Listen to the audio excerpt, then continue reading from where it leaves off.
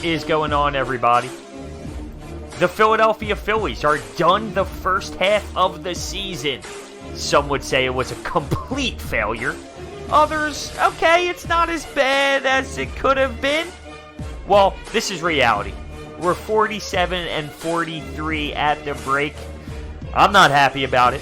We're in third place in the NL East. I'm not happy about it. We are 6.5 games back from the Braves, and guess what? I'm not happy about it.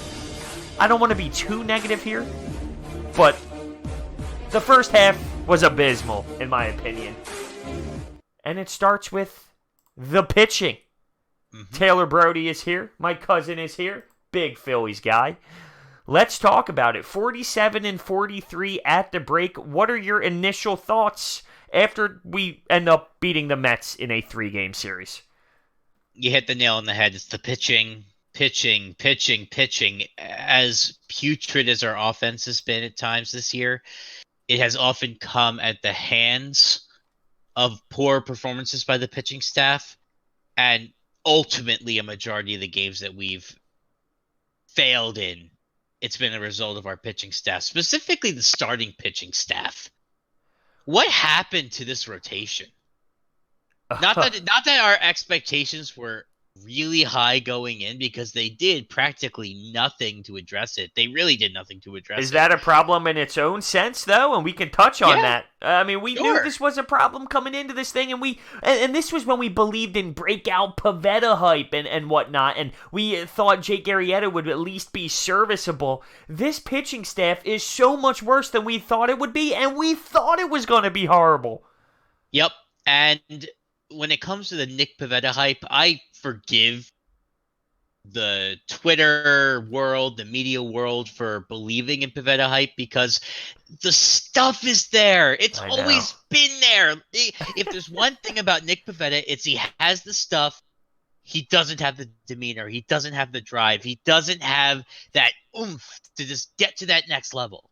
Yeah, he does have the stuff. It's the knock on him all throughout his career so far. He has the ability to throw a 95-mile-per-hour fastball, but guess what? People aren't swinging and missing on it. So what's the issue? He has the ability to throw that nasty pitch to have the off speed, but he doesn't execute it right. His stuff is there, but he doesn't know how to actually use it. And what's that going to do? I mean, that's great. You have the stuff, but if you can't do it, then what the hell? It's useless. You have the stuff to strike out 1 million consecutive batters in AAA. Yeah, and guess what? That doesn't help us whatsoever. No. So all around, my question to you, we're sitting here 6.5 games back from the Braves. We're going to touch on a lot from, grades from some of the players in the first half. We're going to touch on what we should do at the deadline. There's a lot to discuss, but we were 6.5 games back from the Braves.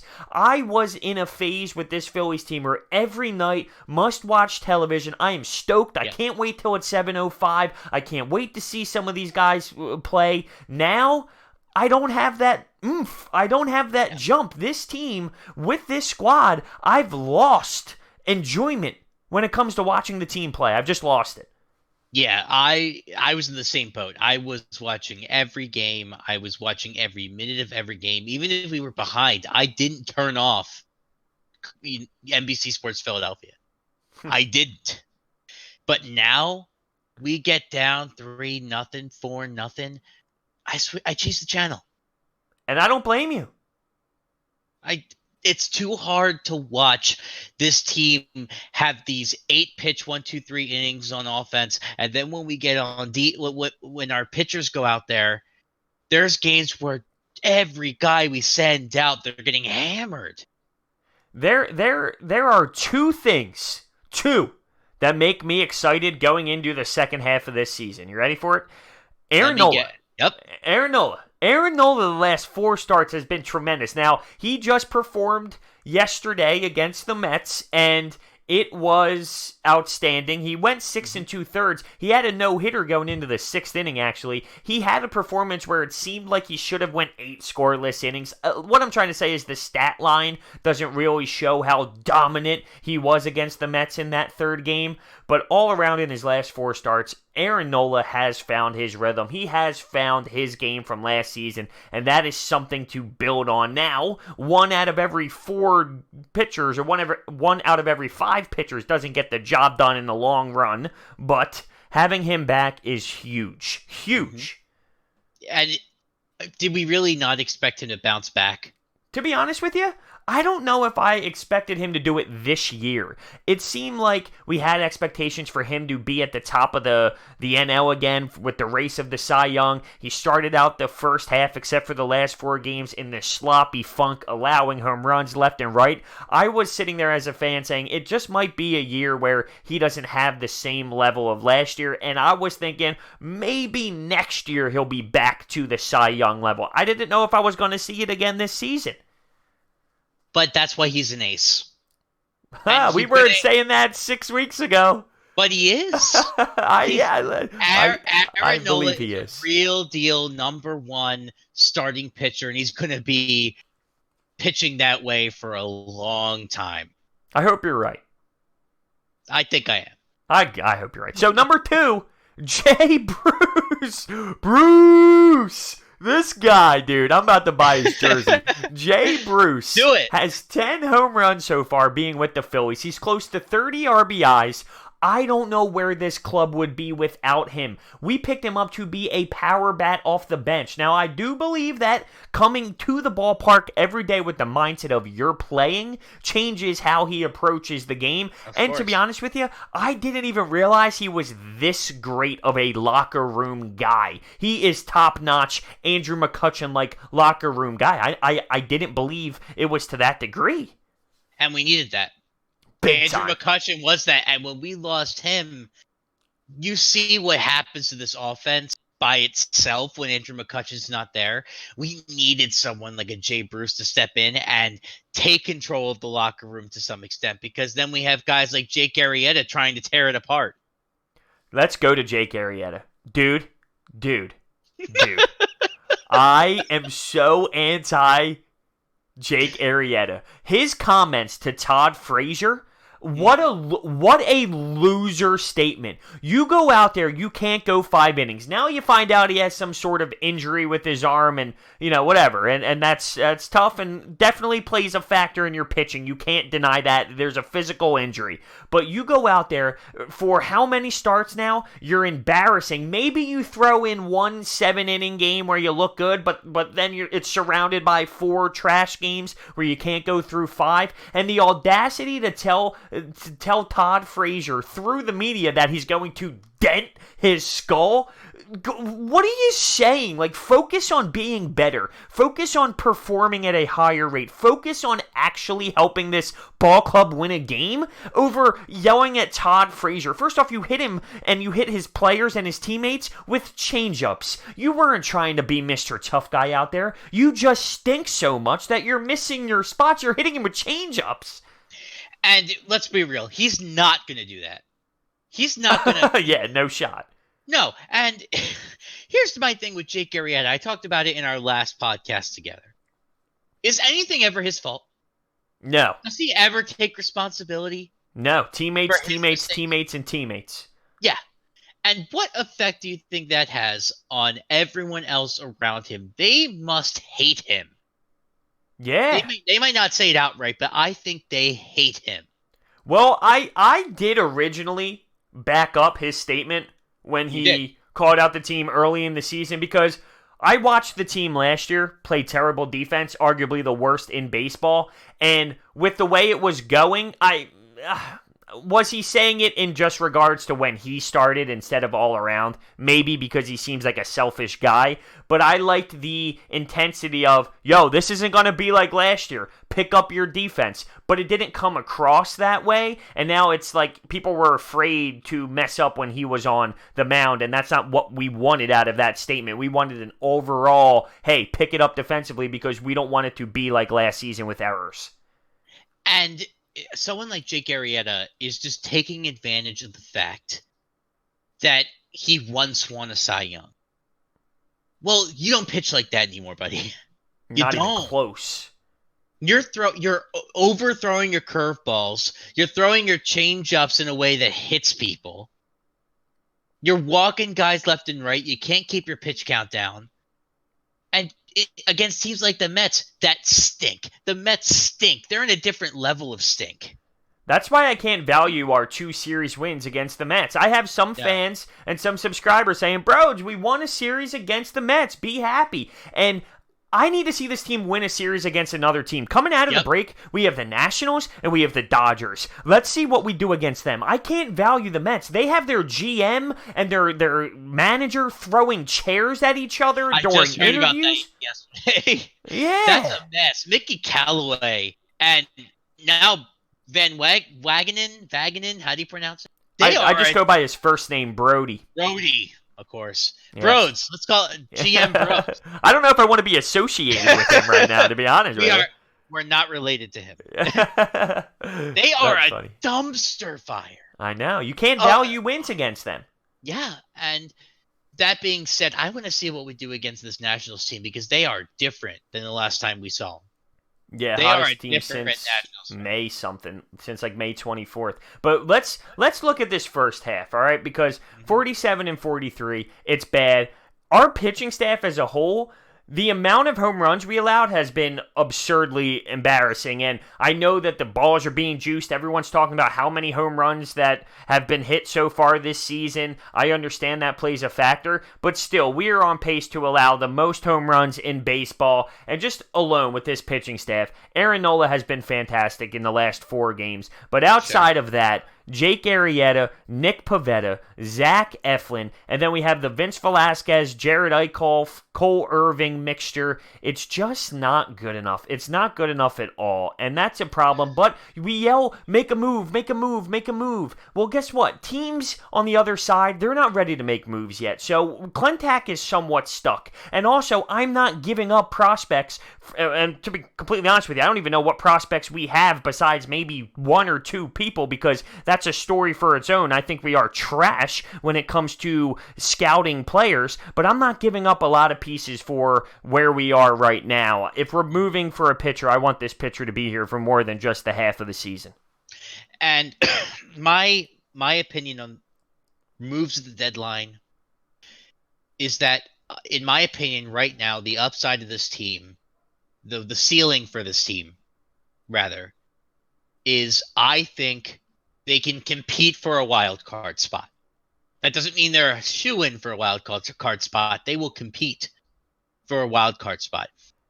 I'm with you. At this point, I don't know if I want to give up too much. Teams are going to come calling the Phillies asking for Alec Boehm, and I'm not giving him up.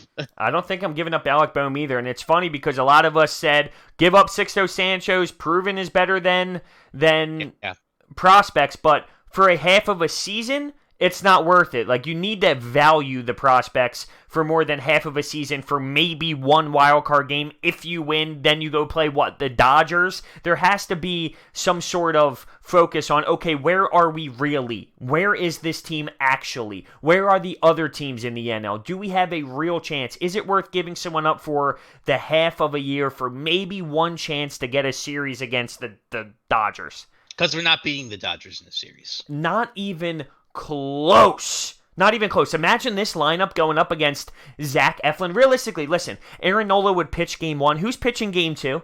Seriously, Zach Eflin, maybe? Maybe? And they're gonna have a day. Oh, he looks terrible. He looks terrible now. Yeah, and we were talking about before, you thought you would trust Zach Eflin over Aaron Nola in a game 1 for a while. I did. All we have is Nola now. We don't have anybody. No one, not in the minors. Adonis Medina is not ready. And he's our best minor league pitcher. We are strapped. We are thin. And that's an understatement when it comes to starting pitching. Yeah, let's look at some grades. So if you're going to grade the starting 5, and we're going to go with Nola, Arrieta, Pivetta, Eflin, and we'll use Vince Velasquez because it seems like he has proved himself, if that's even realistic, of being the 5th starter. So with Aaron Nola for the first half, I can't give him an A because I know his last 4 starts was more of an A, Aaron Nola, but because he turned it around there late, I'll go with a B. A solid B for Aaron Nola. What do you think about that? I was gonna say B minus Okay. because I need to see it for longer and more consistent, similar to last year. But I think he worked his way out of C territory. Yes, He surely did. absolutely. So Nick Pavetta, for me, I'm going to be honest with you. Might be harsh. F. Yeah, I'm going F. Some might want to go D. Well, listen, we had to move this guy down to the minors. This was supposed to be breakout Pavetta. He was so bad, we had to put him in the minors. And I was surprised he even found his spot back. But that's because we're that bad at pitching. Nick Pavetta, to me, it's just not there. I'm tired of seeing him go out there over and over and over again. Nick Pavetta, F for me. It could be harsh. You might go with a sure. D and be happy with that, but I'm going with F as my score. I'm gonna give him an E for expectations because that's all he's ever had. Yeah. He's had expectations, and here's what I would do if I'm the Phillies. You send him down to the minors so he can start striking out every single minor league batter that exists. He'll have a 1 point something ERA in the minors, and you can trade him away to some team dumb enough to take the chance on him. I love that. I absolutely love that. We will get, by the way, to the actual meat and bones of this bad boy when it comes to our lineup and hitting. But I just want to touch on, say, Eflin's score, because he did go through stretches where he was throwing complete games. He was very effective with how many pitches he was being throwing. I'm going to go with a B. A Yeah. B. Maybe a B minus because of how it's been lately, but all around first half, you got to give him a decent grade because he definitely went over my expectations for a good chunk of the season. He's already exceeded my expectations in the sense that I think long term, he's at least someone that you can entertain as a part of the rotation. Not a 1 or a 2, probably not even a 3, but you should have someone like a Zach Eflin as your number 5. Yes. Not a Vince Velasquez. You should have someone like Zach Eflin who can give you those innings, but he does have flaws. He has trouble with his pitch count. People foul off his pitches way too often. He has trouble getting guys looking. But hey, he's got some good stuff. He has good poise out there. He rebounds well. He might give up a lot of runs, but he'll still give you 6 innings. Yes, Zach Eflin as a 5 would be perfect, but right now he's our 2 maybe. So Arrieta and Vince Velasquez to me, they're Fs. So what this comes down to is we have an A. I gave Nola a B actually, but his last few starts have been A plus Aaron Nola. But all around, I gave him a B. So you have Aaron Nola with the B, you have Zach Eflin with the B, and then what do we have? We have 3 Fs in your starting rotation. Guess what? No wonder why we're 47 and 43. Honestly, how are we even 47 and 43 at that point? And that just goes to show you what this team could do if they had consistent pitching. We've given up the most home runs in baseball by a mile, and we're going to set the record for it. But we're competing for a wild card spot, which is kind of ridiculous. Yeah, that's one thing I want to touch on. A lot of people are really upset with the pitching. A lot of people are really upset and underwhelmed with the hitting. But if we had starting pitchers that can actually put this ball club in a reasonable situation to win baseball games, I don't think the hitting is as noticeable. Like, you can win a game with 3 runs or 2 runs scored if your pitching is more effective. When the score is 7-1 and then you say, whoa, our hitting didn't produce. Well, when it's 7-1 by the 4th or 5th inning, your approach to the plate changes, and then the last 5 innings or 4 innings or so, you're not approaching the plate the same way as if it was a 2-0 game. So I feel like the offensive numbers are skewed, if that makes sense. Yeah, and when you're behind that early in the game, and you would imagine your starting pitchers pulled early, you're not putting your Adam Morgans out there. You're not putting your Hector Neris's out there. You're putting out, I don't know, I'm just throwing out there, you're going to put out Yaxel Rios. You're going to put out Edgar Garcia to eat up innings so you don't have to use the guys who actually know how to pitch.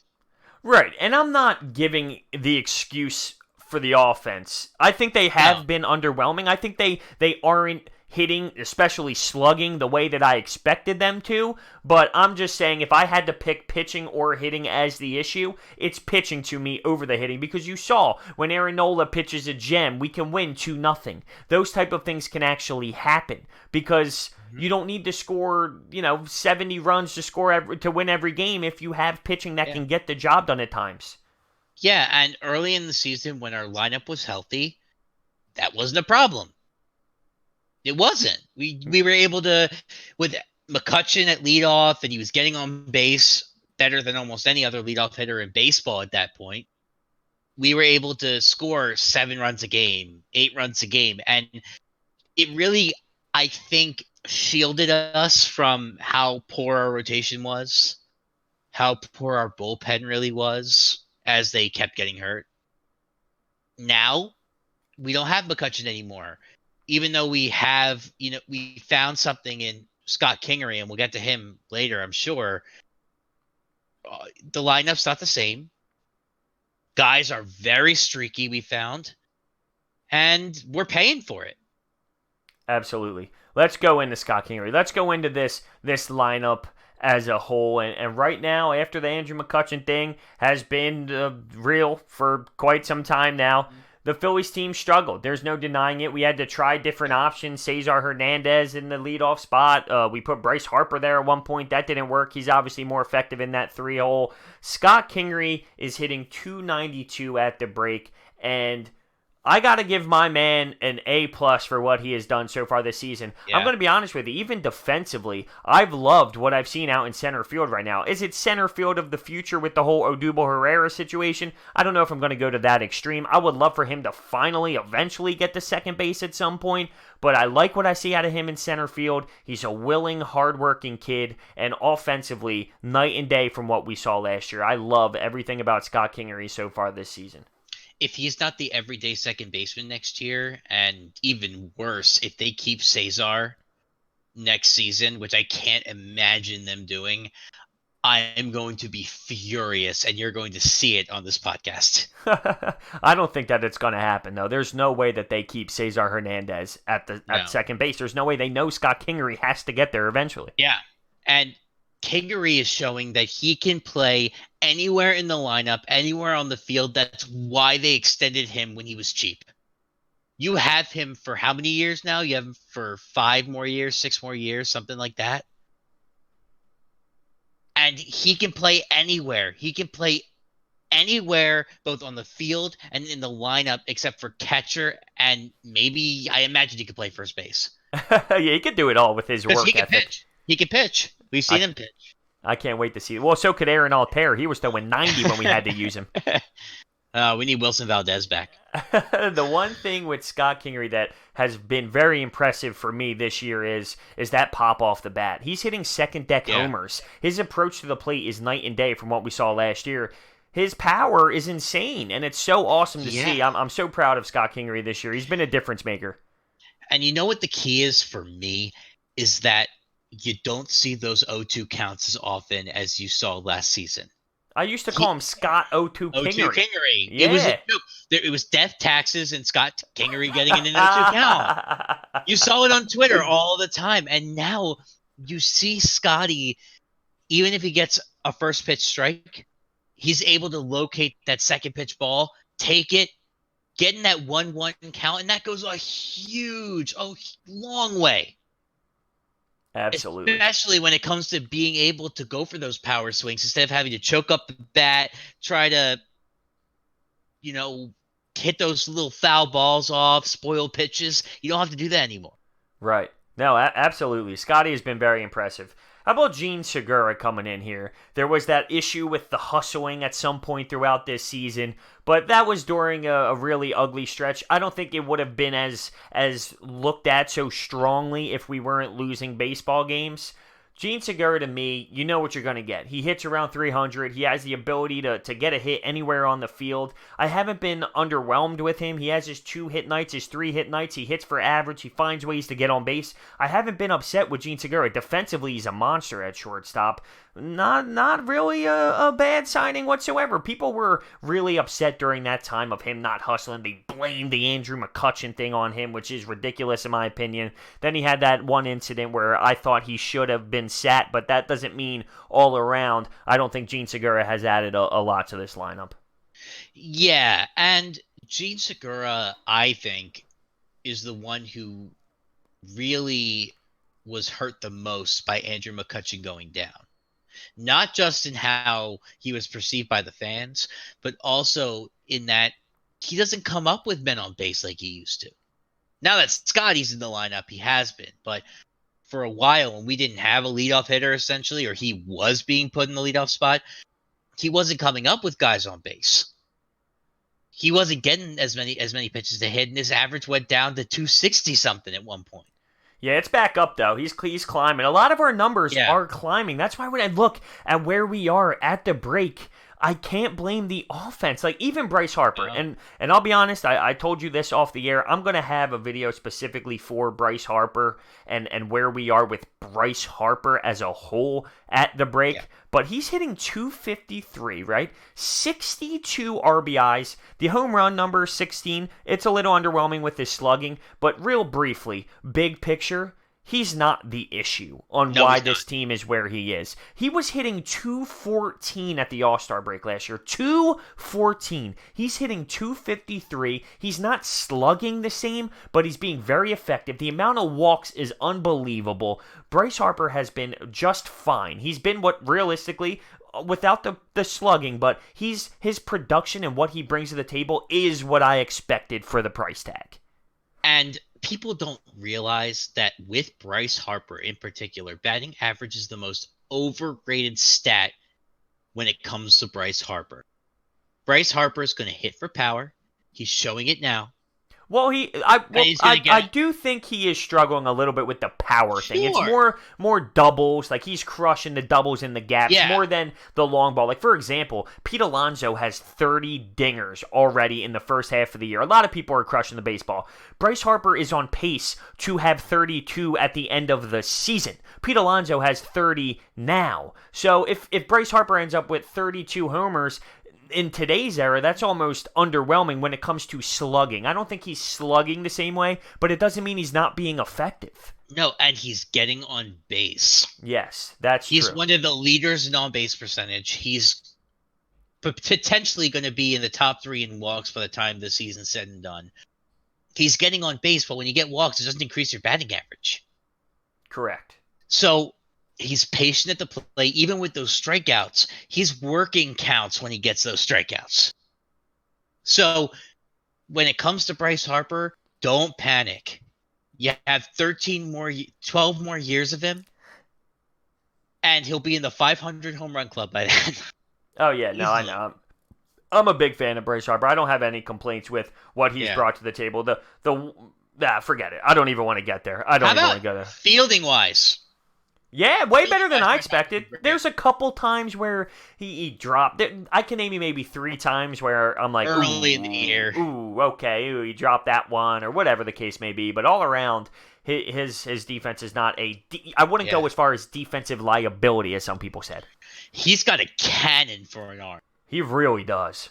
He reminds me of Aaron Rowan. Remember his arm? Yeah. You kidding me? Yeah. He's able to throw guys out at the plate easily. And we haven't had that for a while. Yeah, no doubt. So, JT Realmuto is interesting because a lot of people are underwhelmed with his first half. He's now up to 273 with his batting average. But when you look at defensively what he brings to the table with guys who steal, it's almost automatic that he gets them out. His pop time, his throw is unreal, the best in baseball. Defensively, he's outstanding. I do question, though, do you think he's the perfect caller of games? No, he's not. And I remember seeing a tweet the other night of a pitch he called, and he was basically asking for a fastball right over the middle of the plate. The pitcher hit the spot, and it was crushed. Yeah, I don't think he's that good at calling games. We get a hit a lot in 0-2, 1-2 counts, things of that nature. I love JT Realmuto, and I really hope and I expect the Phillies to work out some contract things moving forward to keep him here because I think he's that Yeah. unreal. To have a catcher who can hit at his rate, to have a catcher who can run the bases like he does, and defensively what he brings to the table, he's so worth it. But I do think that calling a game is not his strongest suit. And you can argue that might be the most important as a catcher, but, it's still good enough. I'm not saying it's horrendous. It's just not his strongest attribute. Exactly. And I have a message for people who say that they're underwhelmed by JT Realmuto as a whole. Shut up. You're wrong. Yeah. He leads the league in almost every offensive category for catchers. I think he leads the league in hits for catchers. He leads the league in, I think, on base percentage for catchers, among other stats. He is a beast. He's a beast. He's so good. And for people to say that they're underwhelmed, he hit 270 something with the Marlins. And I know that we expected him to be a 300 hitter here, and he still might be one day. But regardless, what we're getting out of him is better than anything we'd be getting from Alfaro this year. Here's a statement that I heard over the last few days. With acquiring guys like Gene Segura, JT Realmuto, now that they're in a spot where the pressure's on, they have a lot of hope and a lot of hype behind them to actually get to the playoffs and win. They're used to playing in Seattle. They're used to playing in Miami. Now that the pressure's really on with a fan base that's very critical, are they grabbing the bat too tightly? Are they just maybe clinching, if you will, a little too tightly because they're not used to this type of pressure? They haven't been in an environment like this. Now, I'm coming off of statements saying they haven't been underwhelming to me, but all around, is this team just not used to the eyes really on them every night? Maybe, but that's something that they're going to learn over time. And that's why we always talk about the long-term outlook for this team. I'm not worried at all about the long-term outlook for this team. Me neither. I haven't been. Even with this year, they could crash and burn this year like they did last year. I will still say long-term, I'm not worried one bit. Yeah, long term, I agree with you. But guess what? This year, for me, coming into this, it was get to the damn playoffs. Not making the playoffs this year. I know long term, like you said, we're still in a good position. But damn it, if you don't make the playoffs this year, this fan base will be extremely disappointing. But we don't have the pitching staff to do so. We don't. We just do not. When you have to throw Aaron Nola out there one every 5 days and no one else can get the job done, tell me how you get to the postseason that way. You just don't. I don't know, because somehow we've been dealing with this way all year, but we're 4 games over 500 or whatever we are right now. Somehow. We're 4 games over 500, but guess what? You take a look at where we've been since a specific date, and it's worse than the Mets. Or there's one team that is worse than us, and it's the Mets. I mean, it's that bad. It's something similar to maybe 13-20 in our last 33 games. Sure. I mean, that's not going to get it done, and we're not. going that way. We're still going that way, and I don't know how we're going to snap out of it if we have guys who can't get past the 5th inning. And it's not a solution that where we can acquire one pitcher and it's going to fix it all. No, and I'm only acquiring a pitcher, like I said, that will be here. For example, Detroit Tigers, Boyd. We have years of arbitration coming. That would be a move I would be willing to make. I want someone who is going to be here, but I don't know how many holes we can fill. We have 4 slots with the starting pitcher, maybe 3. And can we acquire 3 new pitchers? We don't have assets to even give up. Our scouts are so bad. We have hit on 2 pitchers in my lifetime, Cole Hamels and Aaron Nola. That's embarrassing. How come all these other teams, the New York Yankees, they find ways to get young guys up and coming and fun to watch, or they trade them because they have high value? How about the Braves? They call up Austin Riley. This kid hits dingers left and right. We got Rhys Hoskins, and that was luck, just luck. We don't have scouts that know how to pick players. And I think I sent this to you the other day. If I asked you if you want to vomit, and you said, "What do you mean?" and I told you to take a look at every first round pick the Phillies have had between Cole Hamels and Aaron Nola. Look it up. I don't think I want to. It's bad. It's I really bad. I can imagine. I can imagine. It's annoying. It's frustrating. So it's kind of contradicting ourselves because we don't want to give up a lot of prospects because we don't want someone who's going to be here for half a year. But then we say our prospects suck anyway. So what are we complaining about? We should be willing to get rid of them because we know they stink at the end of the day. Yeah. Here, I have the list for you. You Oh, ready? no, I'm not. But go ahead. 2004, we drafted Greg Golson. Then Kyle Drabek. I remember him. I remember Greg Golson. Kyle Drabek. Remember Kyle Drabek? I have his autograph. Oh, Adrian man. Cardenas. Joe Savory. I remember him. Travis Darno. He was on the Mets for a while. Anthony Hewitt. Zach Collier. Jesse Biddle. Remember our friend Jesse Biddle? Dude, this is actually making me more frustrated than I thought it would. And the next three, they were so bad they don't even have Wikipedia pages. Larry Green, Shane Watson, and Mitch Well, how about this? Wayer. I can't pronounce it. Mickey Moniak was the first overall pick. He's like our 9th prospect on the board, and that's behind guys like De Los Santos and Ranger Suarez. He was the first overall pick. For what it's worth, Mickey Moniak has been very impressive lately. Very impressive. I know, he's hitting. Come on. He's hitting 290 something. He's hitting decent for power. I think he's going to be fine. He's also so young. Wouldn't you agree with me though that Alec Boehm is probably the only legitimate prospect we have right now? Like legit, entertaining, has a chance to make a legit splash anytime soon. Alec Boehm, one prospect. Adam Hazley. Sure, I but still think he's going to be good. I think his window closed with that. He had an opportunity looking at him right in the face, and then a hamstring tweak. But he got hurt. He Yeah, got hurt. I mean, know. you have to give the kid a real shot. I blame you because you started rolling all these names out here, and now I'm just fired up and fuming. So it's really your fault at the end of the day. Hey, we're lucky we got anything for J.P. Crawford. J.P. Crawford was hitting 300 like 2 weeks ago. Of course he was, because everyone succeeds after they leave Philadelphia. Well, yeah, that's how it goes. So here we are, and we're dissecting the first half. 6.5 games back of the Braves. We are third behind the Washington Nationals. There's no other way to look at this than underperformed. I really think that, and I've said this a couple times now, last year's team had more juice for me, but maybe that's because the expectations weren't the same. We expected fantastic baseball this year, and we're not getting that. It's been sloppy. We lose to the Marlins in back-to-back series. We lose to the Braves in series all the time. Just, where is this team headed? Where is this team headed for the back stretch? I don't have faith. Like, I'm sitting here saying, I don't really believe they are just going to flip the switch. Now, is that impossible to do? No, it's not impossible. I know moves are going to be made.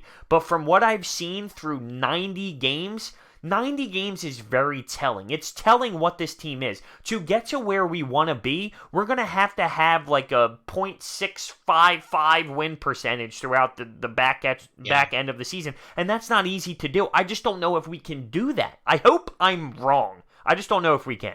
They're not winning the division. Can we get that out of the way? For real. For everyone watching, we're not winning the division. And I hope that the team proves me wrong and that the Braves collapse. It's not going to happen. The Braves are good, man. They're really good. The Braves are good. They are the only team that I think could beat the Dodgers in an NLCS. I hope you're wrong. Dude, but their lineup of Ronald Acuna, Nick Markakis, Freddie Freeman, Ozzie Albies batting 7th or 8th in the lineup. It's insane. It's what we thought our lineup was going to be before Mike Del Franco decided to not know how to hit a home run against any team other than the Mets. As it stands right now, it is not out of the question we may have a Braves-Yankees World Series. Could you imagine having to watch that and cover that? I wouldn't watch it, and I say I wouldn't watch it, which means I'll watch it. Exactly. Yeah. And come on. Yeah, because you know what? The Dodgers, I just see the Dodgers go. It's funny. I feel like all baseball fans are the same right now. You're watching the Dodgers all year long, and what are you saying? Yeah, they're going to lose in the World Series. Like They're they're gonna not lose in the World actually going to Series win. every time. It's comical at this point. Yeah, it really is. But here we go with the All-Star break coming up. Yep. Are you intrigued with the home run derby stuff? Do you get involved? How much do you put into that? I like watching the home run derby because I like watching home runs, I think they especially do a my guys. fantastic job, by the way, of keeping it new. The time clock, you take a timeout. I actually really do enjoy that over what they did back in the day with the out system. I like the clock, go up there, swing the bat. I'm a fan of it. I am. I don't agree with you. You don't agree with me. Wow. I miss the golden ball the way they used to do it. That I miss the Ryan Howard hitting the sign. I don't know if you remember that. Yeah, here's the only thing that I don't think I like about it. I believe it's head to head now. So if Yes. you can hit 18 homers that you lose that round, but someone else won their game with 13 homers. I don't know if I like the head to head portion because you hit more homers than another guy, but because the person you were going up against crushed you, well then you lose. I don't know if I like that strategy of it, but I like the time and the way it's there's time to it because 10 outs can take 4 hours to do if you're up there taking your time. And everyone remembers last year when Bryce Harper was basically allowed to cheat, where he would swing his bat, the ball would be halfway to the stands, and they would Oh pitch him yeah. another one. Yeah. Well, listen, that's our guy now. I know we can. I hope let him cheat again if they even invite him this year. I don't think I enjoy at all the way that they do this All-Star voting either. It's kind of No, it's embarrassing to the league. garbage. It is, and the the fact that you have to be in the top three, and then it's stupid. It really is It's stupid. so And the stupid. MLB All-Star Game is one of the best. I think we might have touched on this in a previous podcast, but the Yeah. MLB All-Star Game is the most entertaining. Now, I'm happy it doesn't play a factor in the World Series anymore, but it's fun. It's fun to watch. I'm intrigued by it. I will take time out of my day to watch it. This is the sports season and specifically the week, where it's the most boring, the slowest. You don't really have much because baseball is on break. You have NBA Summer League, and that's it. So, baseball being at least involved with an All-Star game, there's something to at least watch and put your attention to. Sure, and at least in the MLB All-Star game, they kind of actually play. They do. Oh, they do. Unlike in the NFL where it's half-hearted, 99% of people who get selected don't even play. I don't even count that as an All-Star game. It's That's not. just stupid. It's just stupidity It's is dumb. what it is. It really is. The offensive linemen, they're just putting their hands out like this. Here, get away! That's phenomenal. Don't hurt me. So let's give our final thoughts as we close out this podcast. Once again, for the third time this podcast, and it's making me vomit inside saying it. The Phillies are 47 and 43 heading into break with 6.5 games back, third place in the division. I will watch every single game, and I know you will too, but I will watch with a lot less hype than it was 1 month into the season. They don't move the needle for me as much as they once did. Now, every time I say that, oh, you're a fake fan, I even stated one of my tweets, the fan base should be out. And then, of course, I respond with hashtag emotional broach, which everyone should realize at that point that that's just me being ridiculous on purpose. But what that means is, this team isn't giving us enough, and they haven't through first 90 games. I don't say as a Philadelphia diehard sports fan, as a Phillies diehard fan, I don't think that they have enough to turn it around to make it a legit run. For me, I see what they have with their starting pitching, and it's just clear as day. If you know baseball, it's just not enough to compete in the playoffs or for the playoffs. And here's my question I have for Phillies fans everywhere. Feel free to respond in the comments. Look at this team right now. Do you think there are enough moves that we can make at the deadline to make a run at a World Series? I'll answer that now. Of course, if the answer that you have is no, or you can't come to a definitive yes, then I don't want to see a single move being made at the deadline, and I better not hear one of you angry when they're quiet at the deadline. That doesn't I, mean I want them to sell. It means I want them to stand pat, let this season proceed. You might get a wild card spot. You might. That's probably your ceiling. I But at agree. least you're not giving up.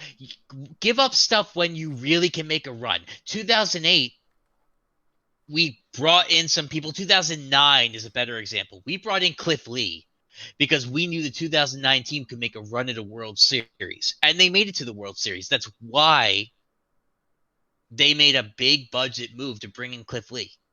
I have 2 points. One, I agree with you on the no move thing unless we can acquire a pitcher that has more years on his deal where it makes sense. If he's here for 2 years or so, I will make that move. And then lastly, what I was going to say totally slipped my mind, so that's good. What was I going to say?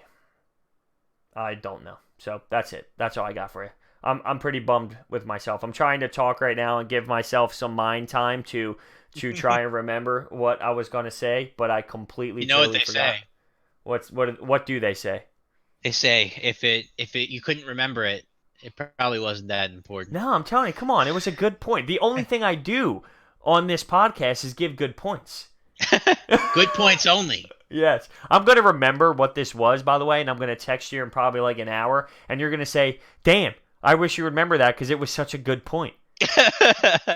Maybe I'm wrong. I don't On know. that note. Yeah, on that note, we are going to end this podcast.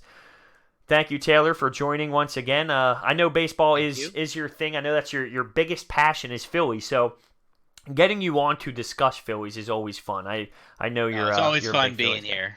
Absolutely. Always fun being here. Absolutely. I think next in mind, we might have to talk Sixers in a future podcast because Sure. we haven't really dissected what can possibly be an NBA Finals run. Might be the best team in the East, maybe? I don't know. Maybe we'll talk Maybe. about that next time. All right, everyone. Thank you guys so much for watching, and we will see you on the next podcast.